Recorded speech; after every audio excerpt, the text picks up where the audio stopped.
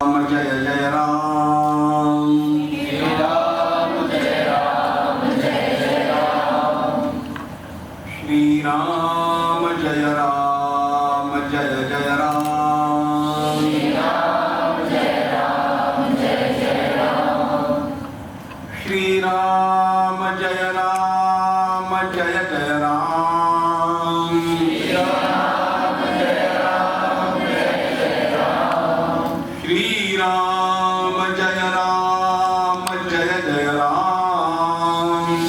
राम जय राम जय जय राम, श्री राम जय राम जय जय राम, राम जय राम जय जय राम, श्री राम जय राम जय जय राम, राम जय राम जय जय राम, श्री राम जय राम जय जय राम, राम जय राम जय जय राम, वर्णानां प्रतिसंघानां रसानां छन्दसामपि मंगलानां च कर्तारौ वन्दे वाणी विनायकौ। नमामि सद्गुरुं शान्तं सच्चिदानंद विग्रहं पूर्ण ब्रह्म परानंदं ईशं आनंदवल्लभं। प्रपन्न पारिजाताय तोत्रवेत्रैकपाणये ज्ञानमुद्राय कृष्णाय गीतामृतदुहे नमः। माधुर्य रसकल्लोलां शिवशक्त्यैकरूपिणीं अमृतानुभवार्थाय वन्दे ज्ञानेशनन्दिनीं। यस्य वेदमयी वाणी, यस्य देवमयी तनुः, यस्य ब्रह्ममयी दृष्टिः, स गुरुः पातु मां सदा। आपदामपहर्तारं दातारं सर्वसम्पदां लोकाभिरामं श्रीरामं भूयो भूयो नमः।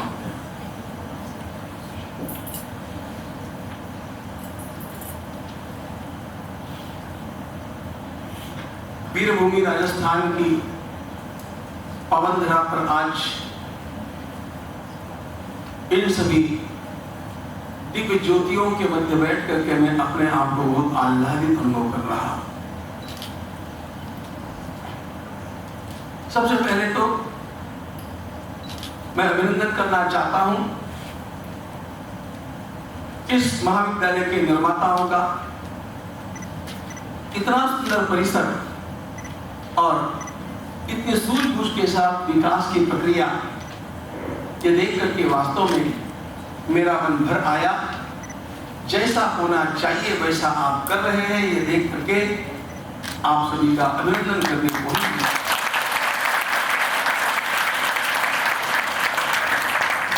मैंने सोचा नहीं था कि मैं इतने सुंदर स्थान में जा रहा हूं।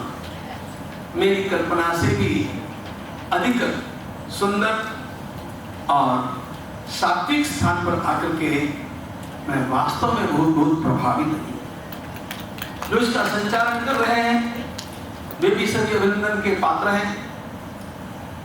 आज का यह स्थान, उसकी दिव्यता मेरे लिए और महत्वपूर्ण इसलिए हो जाती है कि मेरा बाकी परिचय तो दिया गया, लेकिन ये नहीं कहा गया कि हम लोग मूल में किशनगढ़ के ही निवासी।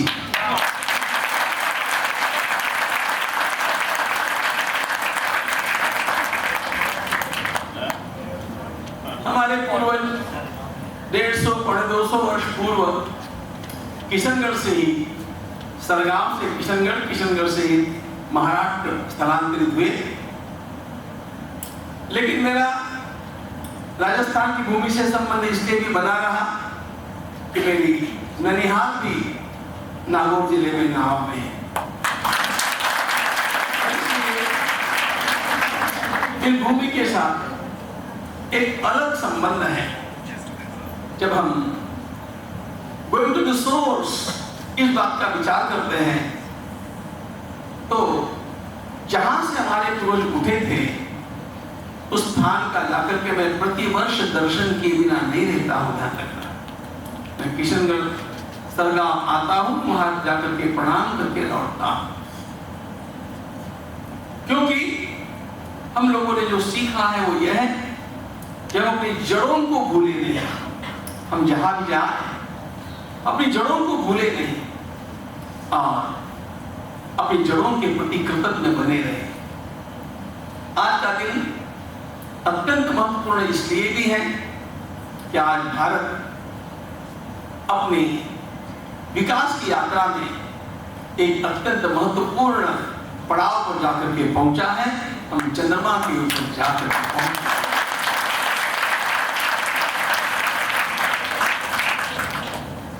ये वार्ता मुझे बार बार रोमांचित करती है।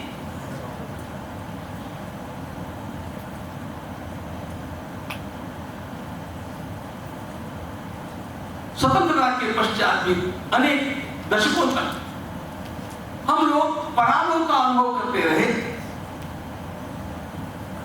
दुर्दैव से इस देश के इतिहासविदों ने मुख्य इतिहास को छिपाया और यह कह दिया कि the history of India is history of incessant defeats. No, it's history of incessant struggle.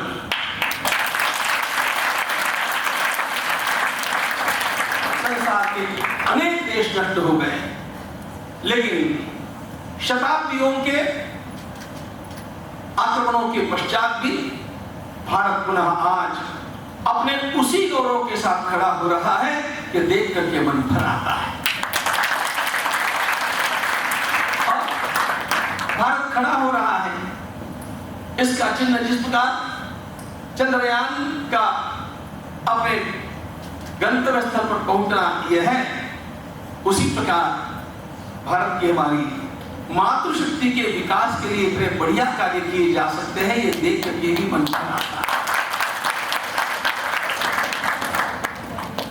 निरंतर युवकों के सामने बोलते रहता, युवकों में ही काम करता। गीता परिवार का कार्य हम लोगों ने आरंभ किया, वह 1986 में आरंभ किया। तो आप समझ सकते हैं 36-37 वर्षों से हम गीता का काम बालकों में और युवकों में ही कर रहे हैं। और आज कोविड में जब हमारा काम अवरुद्ध हो गया, उस समय learngita.com इसको आरंभ करके हम लोगों ने गीता का प्रचार आरंभ किया और आज की घड़ी में 170 देश के 6.5 लाख लोग गीता सीखते हैं।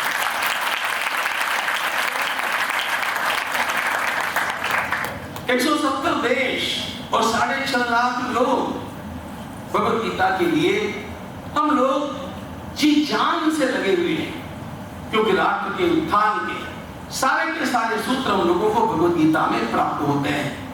हमारी भारतीय संस्कृति अत्यंत श्रेष्ठ है और इस संस्कृति के महान उद्गाता, जिनके कारण मध्य युग में हमारा धर्म टिका रहा, उन गोस्वामी तुलसीदास जी महाराज की भी आज जयंती है। यह भी मेरे लिए एक अत्यंत आह्लाद का विषय है कि उस पवित्र अवसर पर मैं आपका दर्शन कर रहा हूं। हमारी प्राचीन वैदिक संस्कृति अत्यंत श्रेष्ठ रही और मध्ययुगीन आचार्यों ने अत्यंत श्रेष्ठ काम किया। वे सारी बातें अपने स्थान पर है ही, किंतु अत्यंत भीषण आक्रांताओं के कारण जब यह सारा देश किंग कर्तव्य विमूढ़ हो गया था, मंदिर तोड़े जा रहे थे, गौवें काटी जा रही थी, महिलाओं के लगातार अपहरण हो रहे थे और संस्कृति का विनाश करने का एक अघोषित नहीं घोषित कार्यक्रम सदियों तक चला था। ऐसी स्थिति में भी उत्तर भारत में धर्म बचा है। इसका कारण रामचरितमानस है और रामचरितमानस के रचयिता गोस्वामी तुलसीदास।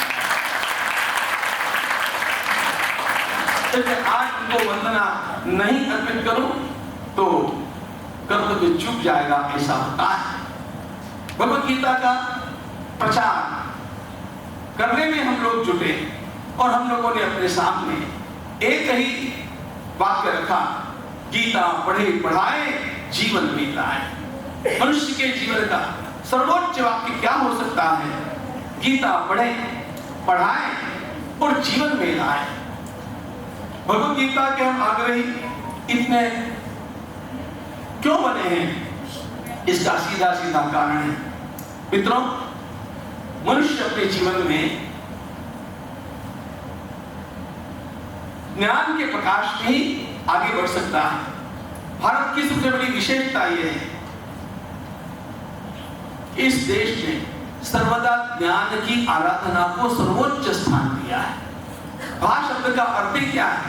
भा यानी आभा, आभा यानी प्रकाश।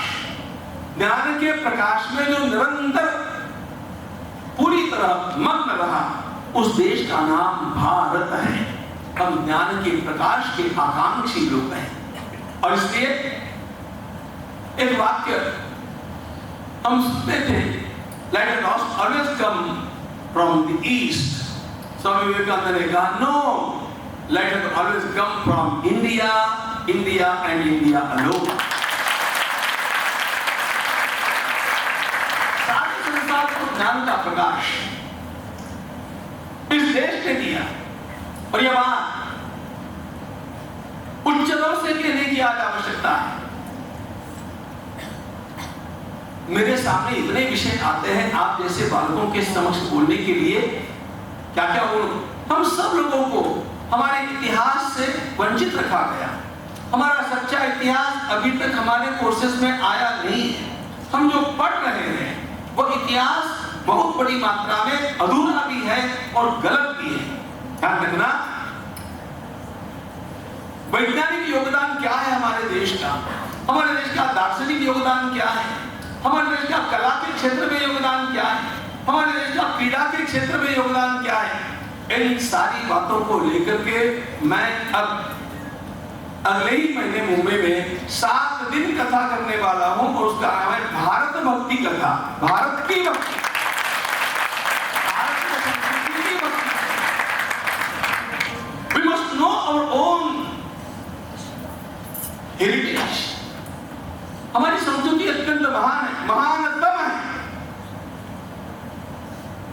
हम लोगों की बुद्धि को रौंद दिया गया, हम लोगों की बुद्धि को उभरने नहीं दिया गया, और बार बार हम लोगों के ऊपर यही बात थोपी गई कि आप तो दज्यानुसी लोग थे, अंधश्रद्धा वाले लोग थे, आपके यहाँ कोई ज्ञान था नहीं, सारा ज्ञान तो यहाँ पर अंग्रेजों ने आकर के हम लोगों को दिया है। ये सब कुछ हम लोगों को जो पढ़ाया गया यह अत्यंत झूठ है। और मैं आपके पुस्तक का नाम बताता हूं, the beautiful tree. Mahatma Gandhi ji ने एक भाषण किया था, गीता की ओर मैं आऊंगा, गीता की ओर मैं आकर के आपको जो चाहे बता सकता हूं, लेकिन सबसे पहली बात यह है, भगवत गीता का ही पहला सूत्र है कि सबसे पहले हमारा आत्मविश्वास जागृत होना चाहिए, और आत्मविश्वास जागृत होने के लिए हमें अपनी जड़ों का पहले ज्ञान होना चाहिए। गांधी जी ने अंग्रेजों के सामने एक भाषण किया और उसमें कहा, You people have destroyed the beautiful tree of education in India. आप लोगों ने भारत की शिक्षा के उस सुंदर वृक्ष को समाप्त कर दिया। गांधी जी के उस वाक्य को लेकर के एक गांधीवादी अत्यंत अच्छे अध्ययनशील महापुरुष, जिनका नाम धर्मपाल रहा, ये नाम आप जान करके रखिए, लिख करके रखिए, कभी आपकी लाइब्रेरी में इन पुस्तकों को लाइए और इन मेरी सारी बहनों को पढ़ने दीजिए। यदि ये बहनें उन पुस्तकों को पढ़ेगी तो इनमें से झांसी की रानी खड़ी हो जाएगी।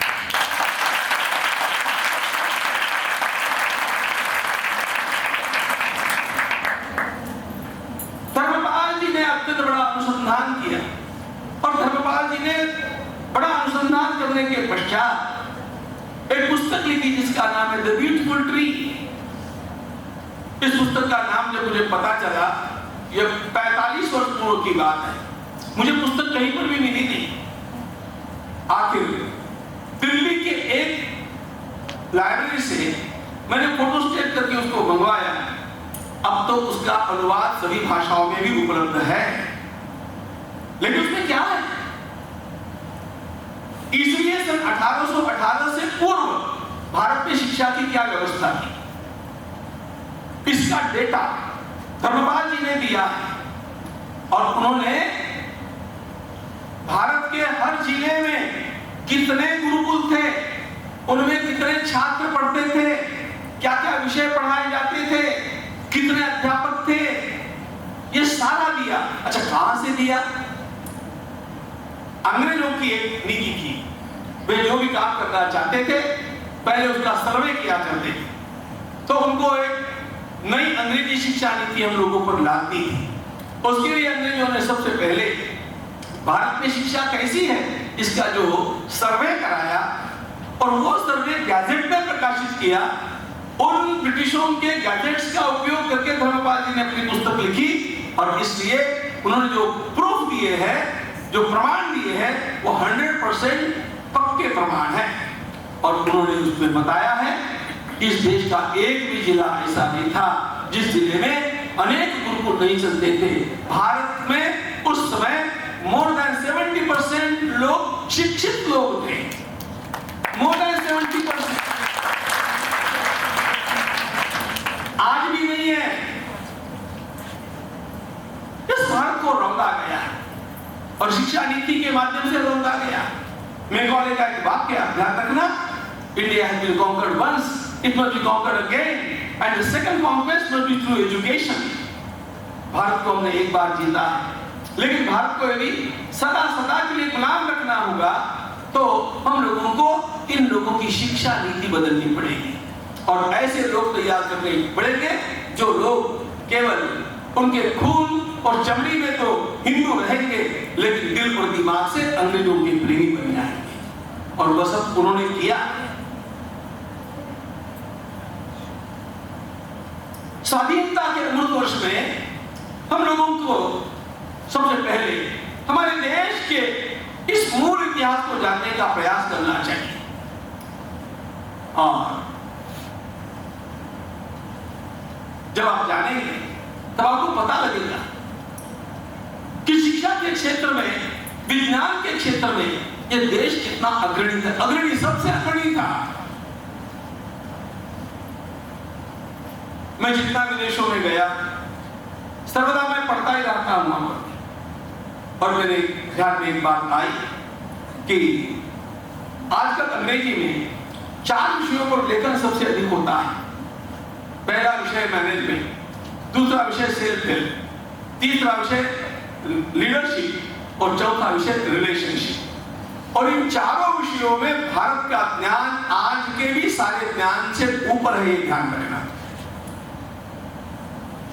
मैं जब वहां पर अंग्रेजी पुस्तकें पढ़ता था तो मेरे ध्यान में आता था कि ये मैं विचार तो अंग्रेजी में पढ़ रहा हूं, लेकिन ये मैंने रामायण में पढ़ा है, ये मैंने महाभारत में पढ़ा है। और वहां से लौट करके आने के पश्चात मैंने फिर नए सिरे से मेरे अध्ययन का आरंभ किया और ध्यान में आया कि हमारा ज्ञान, इन सारे विषयों का ज्ञान सर्वोपरि। मुख्य बात, इस सारे ज्ञान को यदि हम थोड़े में प्राप्त करना चाहते हैं, थोड़े, तो हम लोगों को एक ही पुस्तक की शरण में चले जाना चाहिए। भगवत गीता पढ़ो, गीता पढ़ो, गीता ही पढ़ो।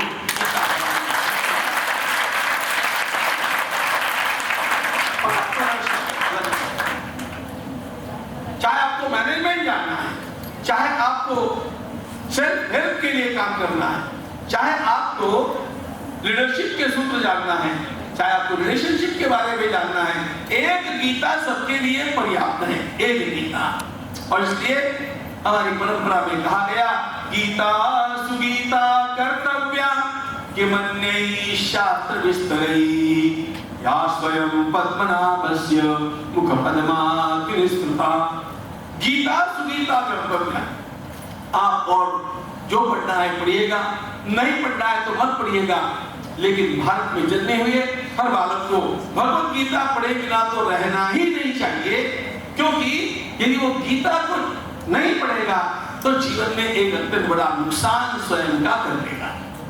इतना सारा भगवत गीता में दिया है। आप लोगों को ऐसे लगता है कि भगवत गीता एक धर्म ग्रंथ है। अरे केवल धर्म ग्रंथ होता तो उसका उपदेश मंदिर में होना चाहिए था, उसका उपदेश हिमालय की किसी गुफा में होना चाहिए था, उसका उपदेश किसी तीर्थ में होना चाहिए था, किसी आश्रम में होना चाहिए था। भगवत गीता संसार का एकमात्र ग्रंथ ऐसा है जिसका उपदेश रणांगण में हुआ है, समरांगण में हुआ है।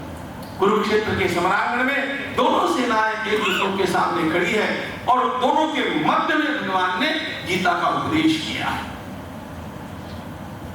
क्योंकि भगवान हम लोगों को दिखाना चाहते हैं कि जो युवा अपने जीवन के क्षेत्र में उतरता है उसको एक समरांगण ही सामने दिखता है। There is competition and you have to fight, you have to give struggle। और ऐसे समय में उसको अपने मस्तक को शांत रख करके निर्णय लेने की क्षमता कैसे विकसित करनी चाहिए, इसके सूत्र दिए बिना वह जीवन में सफल नहीं होगा। और इसलिए कुरुक्षेत्र के रणांगण में भगवान श्री कृष्ण ने सुनाया हुआ और जिनको निमित्त बना करके हम सब लोगों के लिए दिया हुआ यह अद्भुत शास्त्र भगवत गीता है। जिसने गीता पढ़ी, हमारी परंपरा की तो बात छोड़ दीजिए, हमारी परंपरा में भगवान जगद्गुरु शंकराचार्य जी महाराज से लेकर के आज तक के सारे विचारक भगवत गीता पर लट्टू है। लेकिन विदेशों में भी भगवत गीता की लोकप्रियता सर्वाधिक है। थोरो के वार्डे से गांधी जी ने आश्रम की कल्पना का स्वीकार किया था। जब ये थोरो इमर्सन से मिलने के लिए गए, जब इमर्सन थोरो से मिलने के लिए गए तो वहां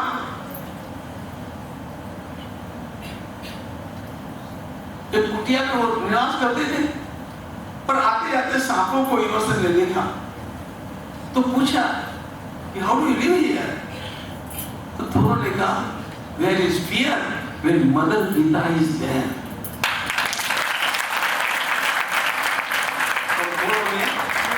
इमर्सन को सबसे उत्तम भेंट के रूप में भगवत गीता प्रदान की। जो दोनों नाम मैंने लिए ये विश्व के महानतम विचारकों के नाम है। विश्व के महानतम विचारकों को भगवत गीता ने सम्मोहित कर दिया। इतना गीता में भरा हुआ, इतना, और जो गीता में भरा हुआ है वो तो महासागर है। हम लोगों को थोड़ा सा विचार उसका केवल करना है। गलत गात तो होकर के अर्जुन खड़ा है और भगवान ने उपदेश का आरंभ किया और इस उपदेश के आरंभ में ही भगवान ने एक डांट अर्जुन को पिलाया, बढ़िया डांट पिलाया। कै ब्रह्मास्मगम पार्थ नई तत्त्वयुपपद्यते क्षुद्रम हृदय दौर्बल्यम त्यक्तोत्तिष्ठ परन्तप। देखो भगवत गीता में वेदांत है, भगवत गीता में योग है, भगवत गीता में बहुत कुछ है, लेकिन सारी बातें एक साथ समझने की आवश्यकता नहीं है। आरंभ में भगवान ने क्या किया? अर्जुन रो रहा है और भगवान ने एक फटकार लगा। स्वामी विवेकानंद कहा करते थे भगवत गीता के सारे श्लोक बड़े अच्छे हैं, लेकिन ये श्लोक मुझे सबसे प्रिय है। भगवत गीता के अलग अलग श्लोक अलग अलग महापुरुषों को प्रिय है और वो सूची यहाँ पर पढ़ने की आवश्यकता नहीं है, लेकिन स्वामी जी कहा करते थे मुझे सबसे प्रिय ये श्लोक है क्योंकि ये श्लोक मनुष्य के भीतर आत्मविश्वास का जागरण करता है। और यदि मनुष्य को अपने जीवन में कुछ भी प्राप्त करना है तो सबसे बड़ी बात यह है कि उसको कभी भी अपना आत्मविश्वास नहीं खोना चाहिए। मैं जीतूंगा ये विश्वास उसको अंतःकरण में निरंतर रखना चाहिए। मैं जीतूंगा। निर्भयता से आप अपनी परिस्थितियों की ओर देखना आरंभ करेंगे तो अपने आप आगे बढ़ेंगे। अनेक बार शक्ति हमारे पास होती है लेकिन मन कच्चा हो जाता है और मन के कच्चे होने के कारण हम लोग हार जाते हैं। ये बात मुझे महत्वपूर्ण इसलिए भी लगती है मित्रों,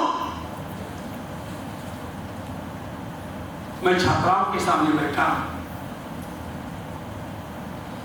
कितनी घटनाएं मैंने पढ़ी हैं कि परीक्षा का रिजल्ट आया और छात्रा ने आत्महत्या कर ली। विचित्र बात तो पिछले वर्ष की पुणे की मैं आपको बताना चाहता हूं कि एक छात्रा केवल सेकंड आई, फेल नहीं हुई, उसे फर्स्ट आने की बहुत इच्छा थी और वो सेकंड आ गई, उसने आत्महत्या कर ली। इतना मन कमजोर होना चाहिए? यदि जीवन के क्षेत्र में आप सफल बनना चाहते हैं तो सबसे पहले अपने मन को मजबूत बनाना आवश्यक है, और मन को मजबूत बनाने के लिए इस प्रकार की भावना अंतःकरण में रखना अत्यंत आवश्यक है। आई विल विन, मैं जीत करके दिखाऊंगा, मैं जीत करके दिखाऊंगा। अनेक बार हमारे भीतर क्षमताएं होती हैं, लेकिन डर के कारण वे क्षमताएं काम नहीं करती।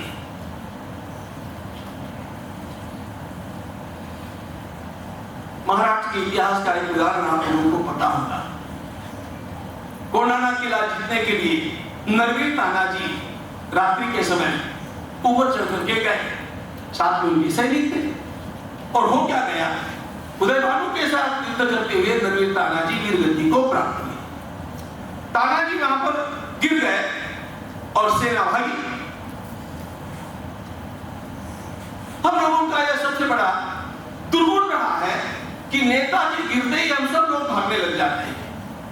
तो सेना वहां से भागी। तानाजी के एक भाई थे सूर्या जी, उसने उस भागती हुई सेना से कहा कि देखो भाई, जिन रस्सियों से आप ऊपर चढ़ करके आए हैं रात्रि के समय, मैंने उन सारी रस्सियों को काट डाला है, और इसलिए अब आपके सामने केवल दो विकल्प हैं।